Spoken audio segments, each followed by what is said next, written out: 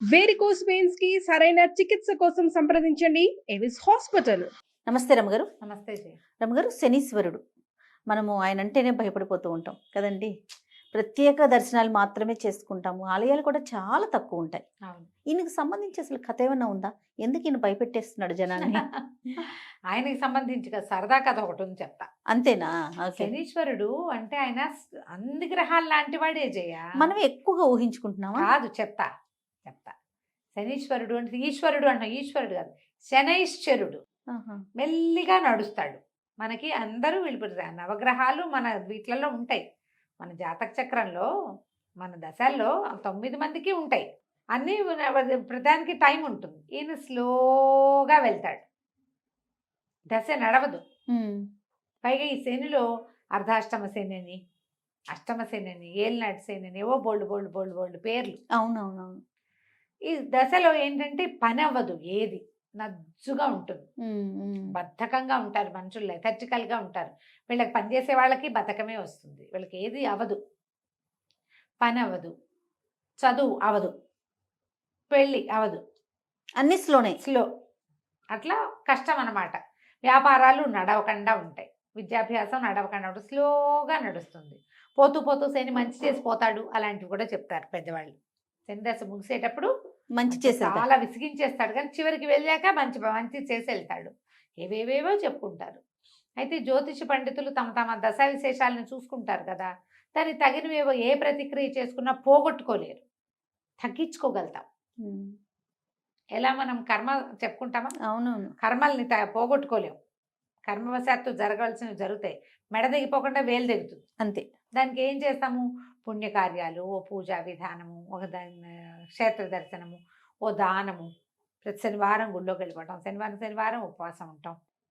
అంతే. నువ్వుల నూనె దానం చేయటం, నువ్వులు దానం చేయటం, నువ్వులు ఎవరికైనా పంచి పెట్టడం. శని క్షేత్రాలు ఏ ఉన్నాయో అక్కడ శివుడికి రుద్రాభిషేకం చేసుకోవటం, శనికి తైలాభిషేకం చేయించటం, ఇట్లా ఏవో చేయించుకుని ఏదో కొంచెం ఇదిగా నడుస్తారు.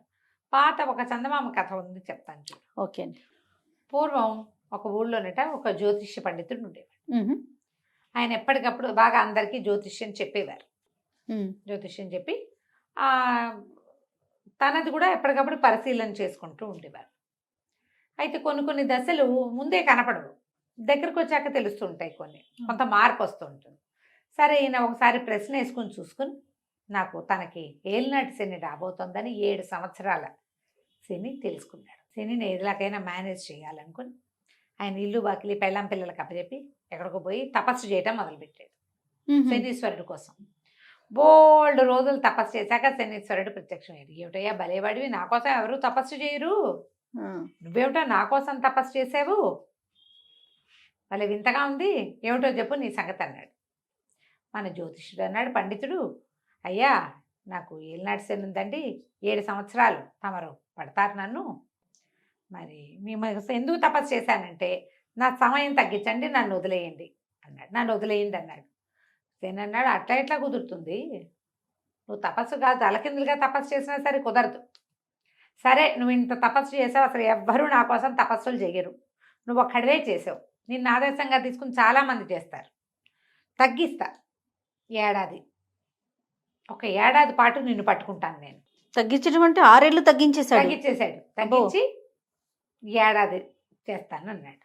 సరే, ఈయనకి ఇంటికి వెళ్ళిపోమని శని గారు మాయమైపోయాడు. ఇంటికి వచ్చాడు కానీ భయం వేస్తుంది. మళ్ళీ వెళ్ళాడు తపస్సుకి, మళ్ళీ తపస్సు చేశాడు. మళ్ళా శని గారు ప్రత్యక్షం అయ్యారు. నన్ను వదిలే మహానుభావ అని 10 విధాలా అడిగాడు జ్యోతిష పండితుడు. ఆయనే అన్నాడు, నీ జ్యోతిషం చాలా అద్భుతంగా ఉంది, చాలా బాగుంది, మంచి బాగా కనిపెట్టావు, నువ్వు బాగానే ఉంది, కానీ పట్టకుండా వదిలిపెట్టడం అనేది కుదరదు. సరే, నువ్వు ఇంత తపస్సు చేసావు కాబట్టి 7 ఘడియల పాటు నిన్ను నేను పట్టుకుంటాను, నా వల్ల రాదగిన ఇబ్బందులు 7 ఘడియల పాటు ఉంటాయి నీకు, సరేనా అన్నాడు.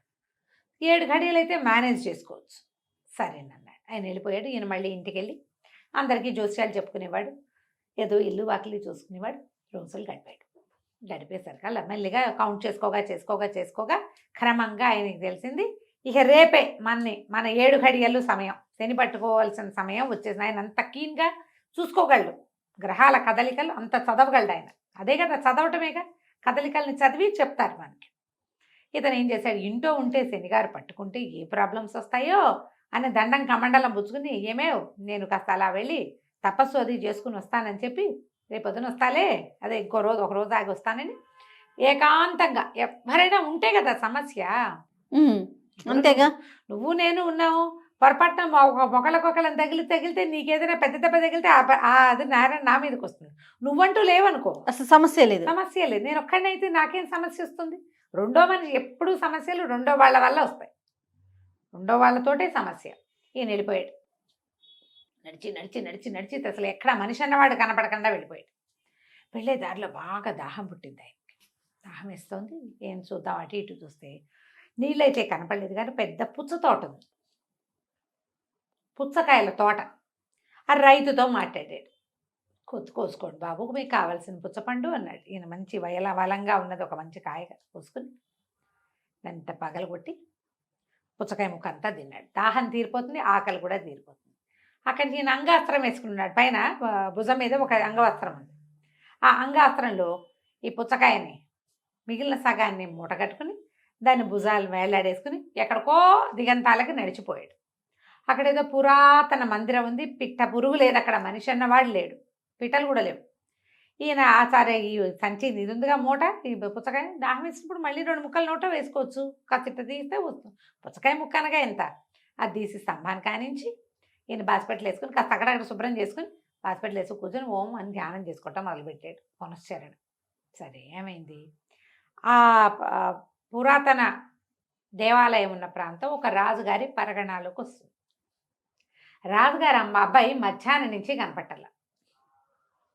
పిల్లాడు ఎక్కడికో ఆడుకోవడానికి వెళ్ళాడు, పిల్లవాడు కనపల్లా. ఆ పిల్లాడి కోసం వెతుక్కుంటూ వస్తున్నారు. వచ్చిన వాళ్ళు ఇప్పుడు ఈ మందిరం దగ్గర ఎవరో మనిషి పొలకం ఉందని ఎవరో చెప్పారు. పిల్లాడు ఏమైనా ఆటకు కానీ అటు వెళ్ళాడేమోనని 4 సైనికులు ఇటు పరిగెత్తుకుంటూ వచ్చారు. ఈ పక్కకు వచ్చారు, గుర్రాలు వేసుకొచ్చేసారు. ఈయన దారిని ఈయన జపం. దూరం నుంచి చూస్తే ఒక ధూర్త బ్రాహ్మణుడు కొంగ జపం చేసుకుంటున్నాడు.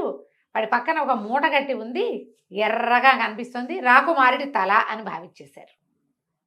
శనిగారు పట్టాడు.